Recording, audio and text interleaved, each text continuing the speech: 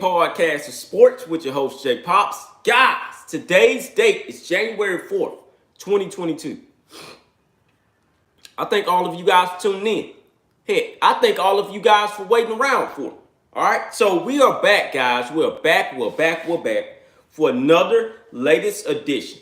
And on this latest edition of the Homemade Podcast of Sports, we'll be getting into a season in review.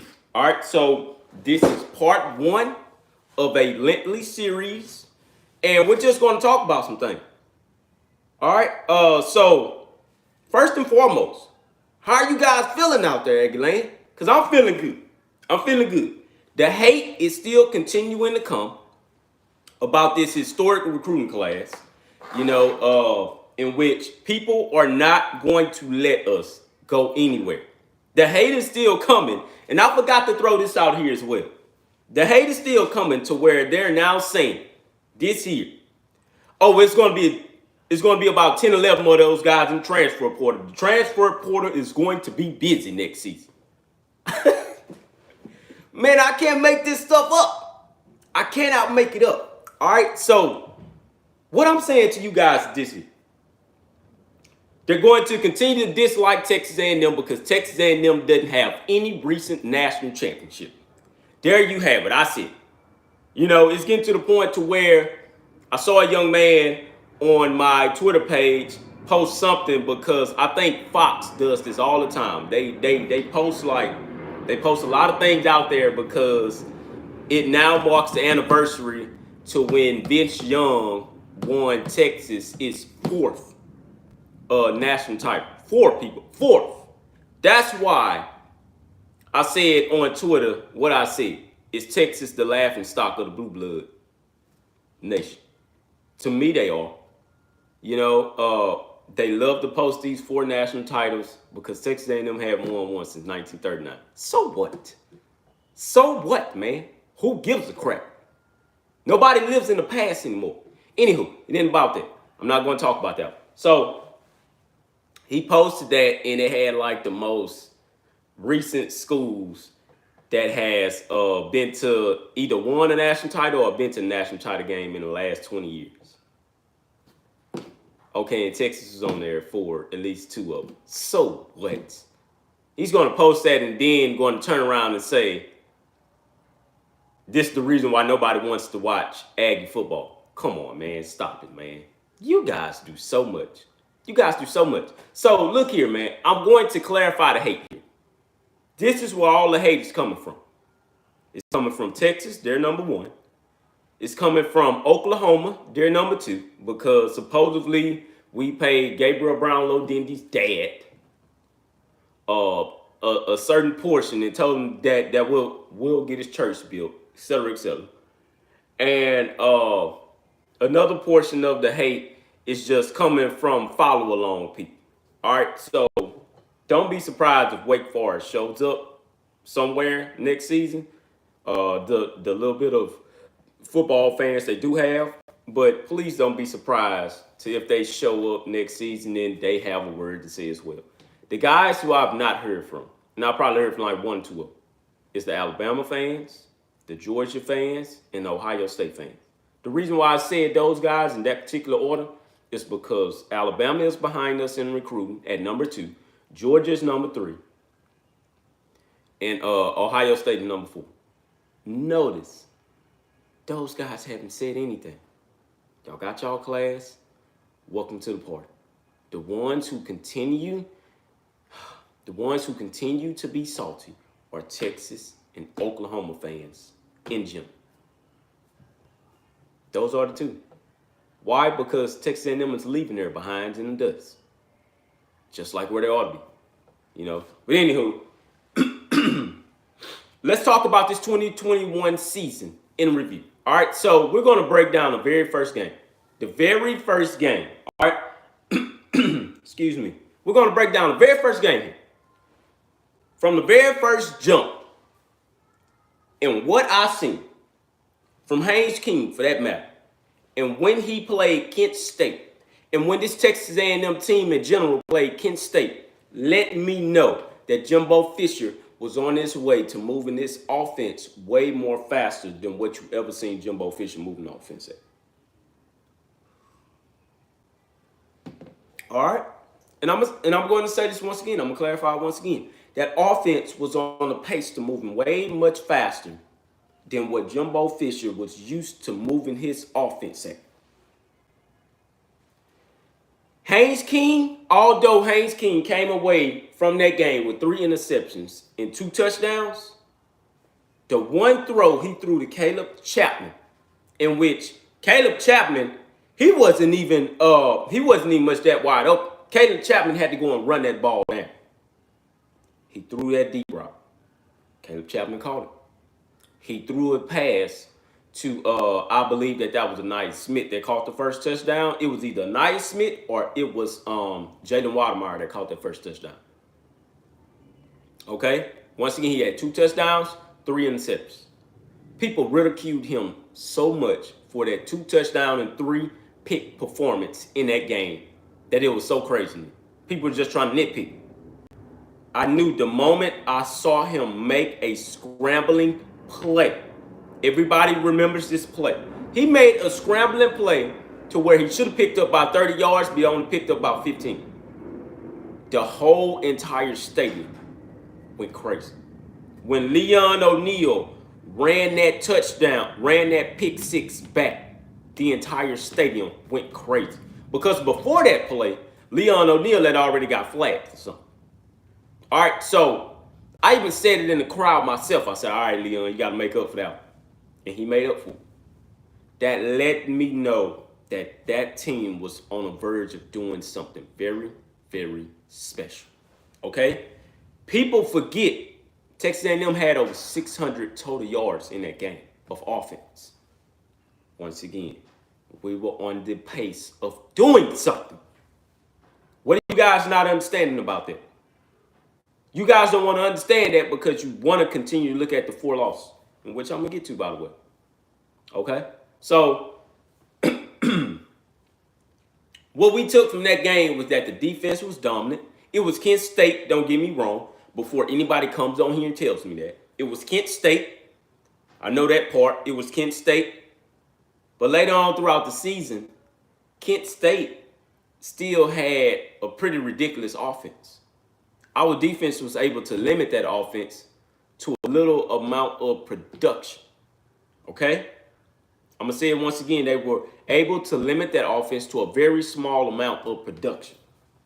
That let a lot of people know what we were working with throughout the season. We just hadn't gotten the conference play.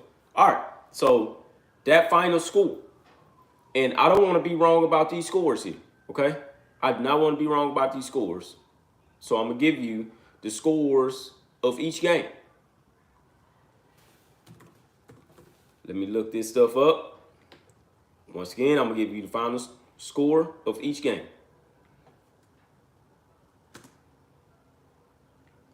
So, let's look at the schedule. What all did we have here? Let's go down the line. So, the final score of that game was 41-10. It was 41-10. Once again, that was the final score of that game. So, we're going to look at the recap. You know, we're going to look at some things here. We're going to break down some stats.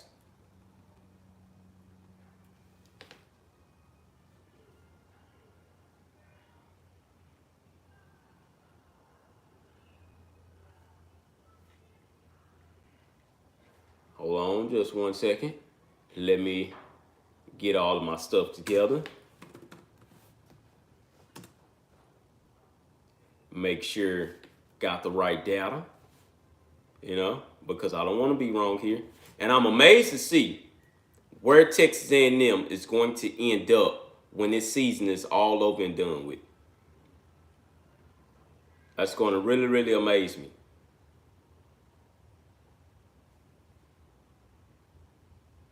Oh, come on now.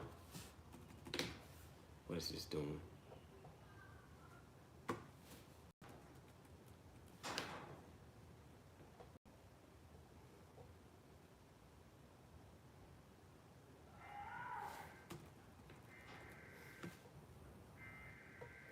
Yeah, see, now it's acting all crazy on me.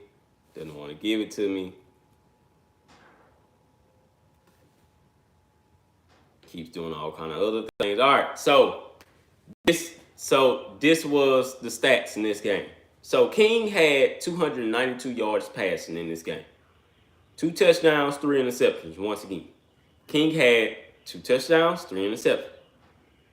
A-Chain had 124 yards because I remember A-Chain running that ball back, and I think that was like a 50-yard run or maybe 60-yard run or something like that. But he had 124, and Anaya Smith had 100 yards receiving in this game.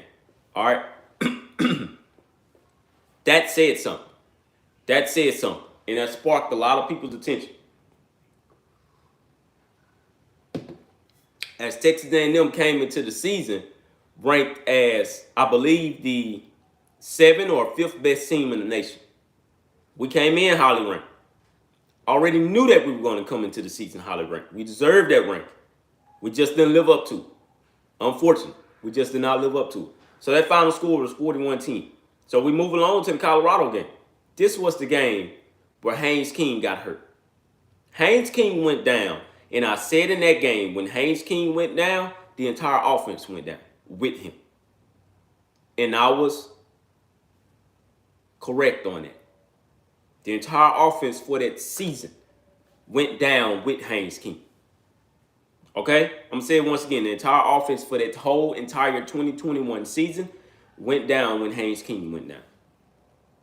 We were looking for him to come back. He never returned. It is what it is. You know, it was what it was. So, the stats in that game was so off the wall for me, man. It was so crazy because we did not do anything until the fourth quarter arrived. We didn't do anything. We didn't do anything until the fourth quarter arrived in Denver. The final score of that game was 10-7. Zach Calzada had 183 passing yards. One of the worst games I think I've ever seen from a Power 5 quarterback is concerned.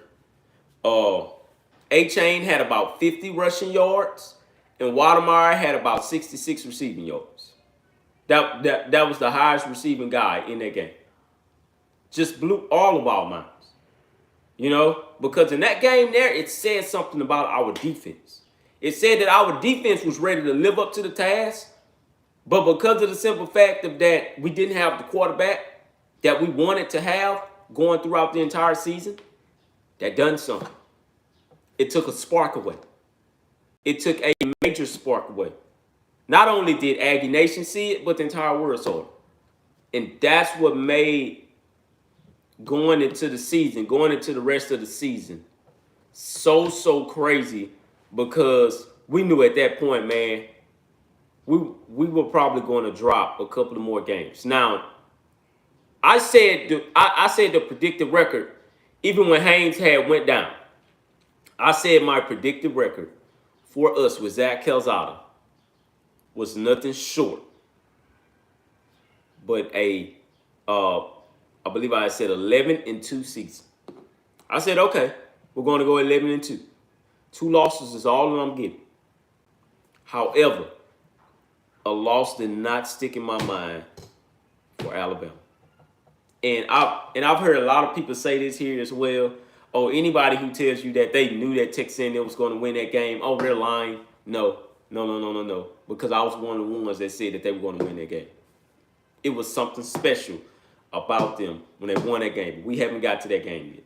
Okay? So, let's continue to go here. So, in that Colorado game specifically, man, we seen what Zach Calzada had to offer, and we seen a little bit of what that offensive line had to offer. That offensive line hadn't gelled yet. The receiving corps hadn't gelled yet. Once again, the defense was so far ahead of the offense where it was crazy. Okay? That was okay. So, at the end of the day, we still won the ball game. It was an ugly score, ugly score, but we still won that ball game 10-7. And we got our dog. So, now we go to the third game. Third game was against New Mexico. Once again, the defense was so far ahead. That final score of that game was 34-0.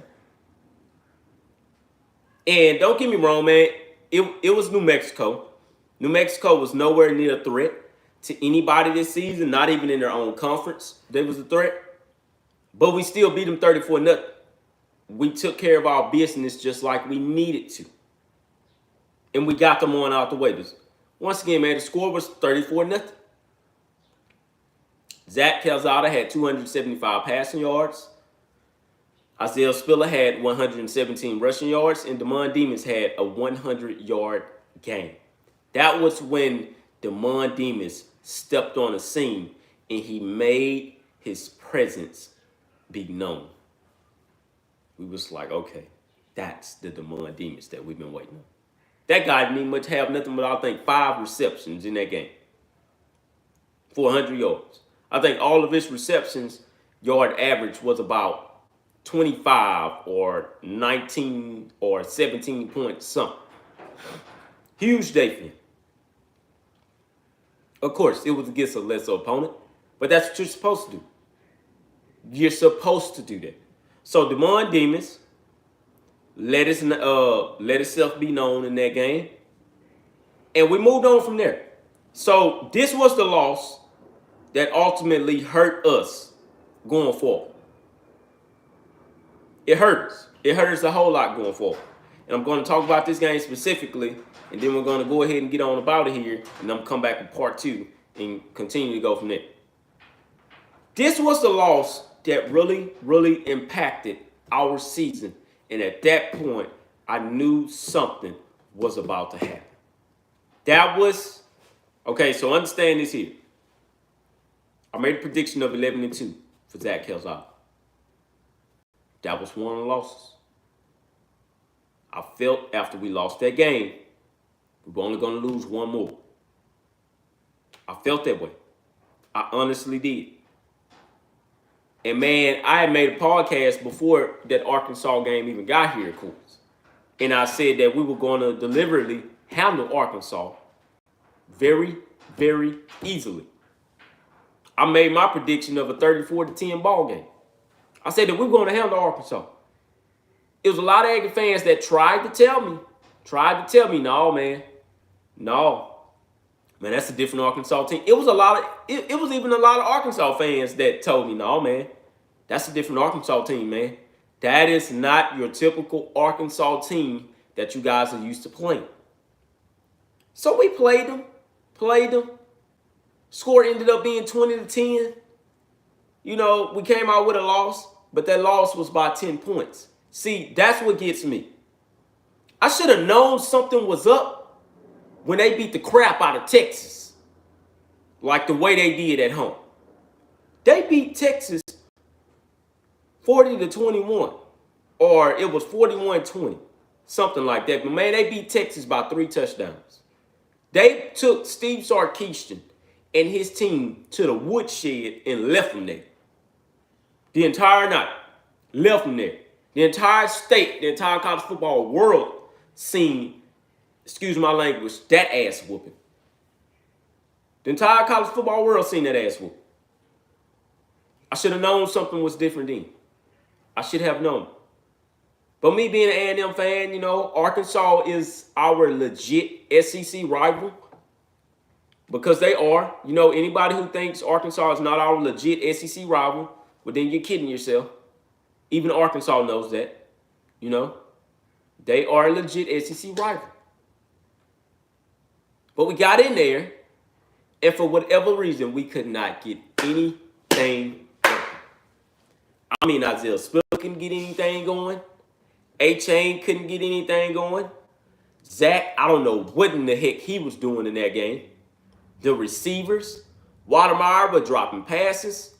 And see, I'm going to talk about Watermeyer a little bit more in the offseason, this offseason. I'm going to talk about what he all messed up at and stuff like that. But it was a lot of things going on in that game that did not need to take place. Offensive line was confused. You know, and I looked at Jimbo Fisher, and Jimbo Fisher was even confused. Because Jimbo Fisher was like, man, what are we doing?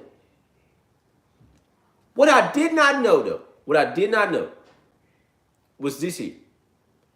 I did not know that Arkansas had that many seniors on their team. That's what I did not know. Nope, nobody told me that. Nobody told me that at all. I did not do all of my facts like I should have done. Because if you're going to do this in this business, you need all of your facts. I did not have all of them. That was a real rookie mistake. I don't know how I missed all of that. And I mean, they had 6-year seniors all over the field. It made no sense of how many seniors they had on that field that day. I didn't know. I honestly didn't know. But as the game went on, I seen where it looks like Arkansas knew each and every last play that we were going to do. I don't know how that happened. Those guys did not cheat. All right? Anybody who says that Arkansas cheated, man, come on, man. You're kidding yourself. They were just a better team that day. They were the better team. And it was what it was. So that loss hurt. That hurt. But it did not hurt as bad as the ... And we're going to leave it right there because we're going to be back tomorrow with part 2. Okay? So before I get out here, just want to read a couple of comments from a lot of these guys coming. So Ted Foster, nothing like OU and sip tears to make for a fantastic Tuesday. Yeah, you're not lying on that one, man. Not lying on that. Liz Hurst or Hirsch. Sips and OU better get over it and get used to it because we're not going anywhere. Butt up. What? Shut up, I think. Shut up or you to butt up. Ted Foster again. I think people are overlooking the acquisition of Max Johnson. If he competes well this summer, I expect him to.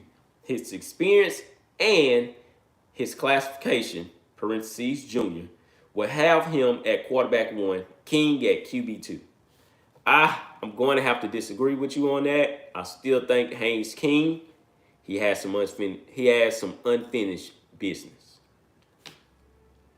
Ted Foster again. Then Wingman, red shirt, and at quarterback 3. That, I will agree, but Connor Wingman would not wear a red shirt this year.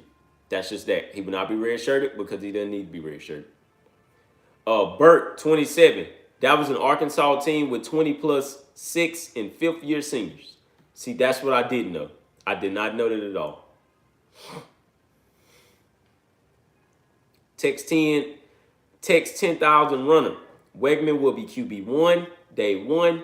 He is a once-in-a-generation quarterback being compared to Peyton Manning, Tom Brady, and Joe Montana.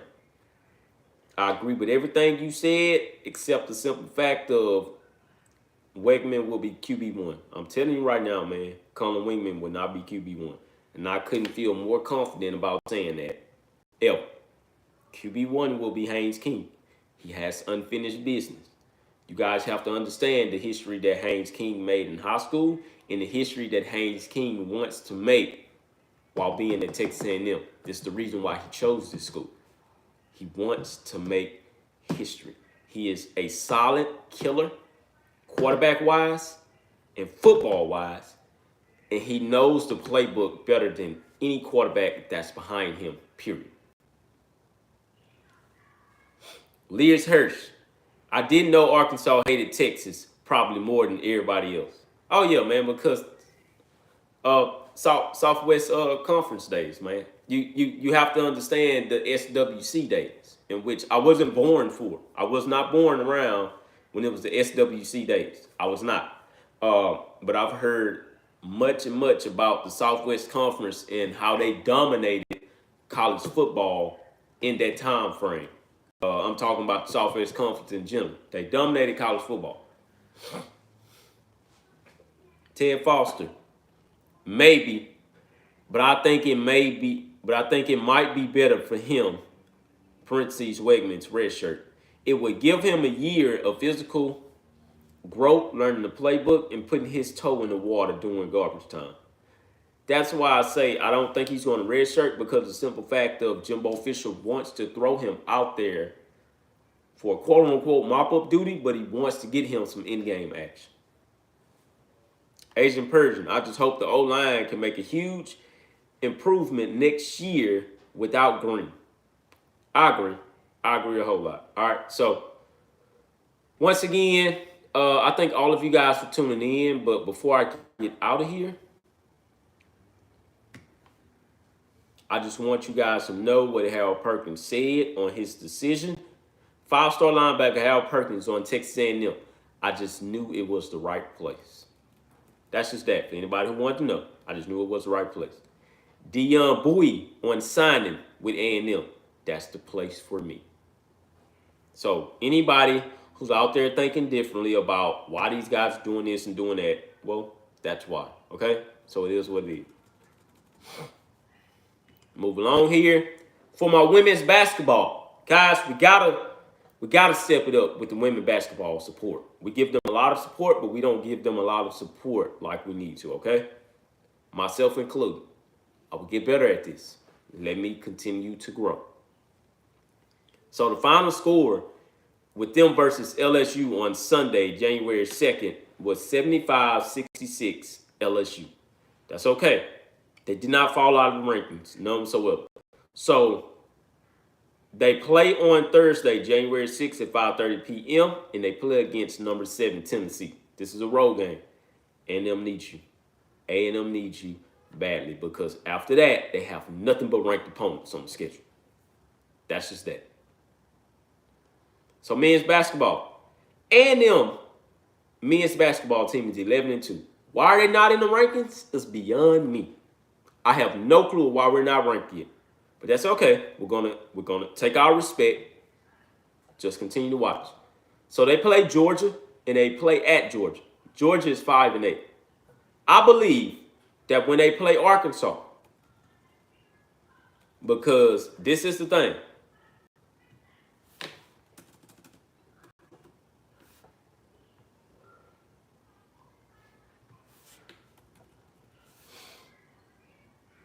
And let me look at this. Because this is the thing.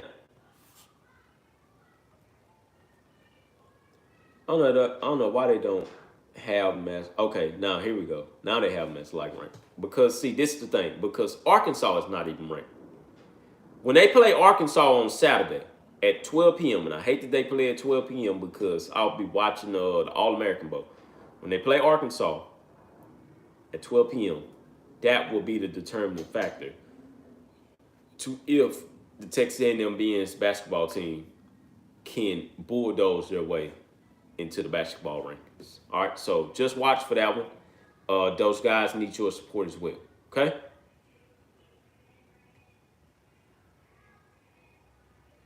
And that is going to be it. We're going to stop it right there.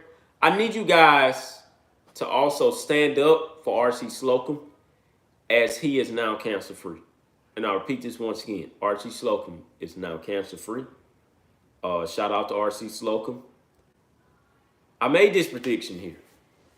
I said that the 2023 national title game will be between Texas A&M and Ohio State.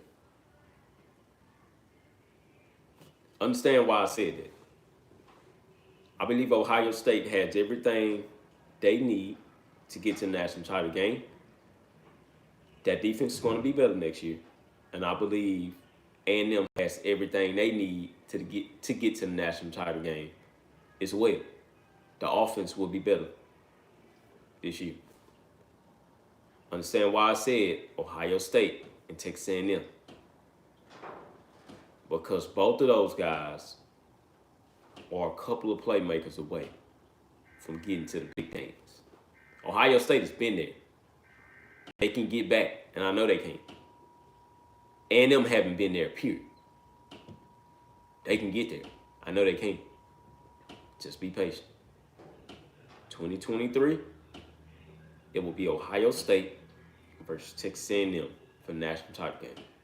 That will be one of the most watched national title games in the history of the sport. Believe what I'm telling you. A lot of people are going to laugh at that, but a lot of people laughed at me when I said that we were going to get the number one recruiting class as well. So, we're here now.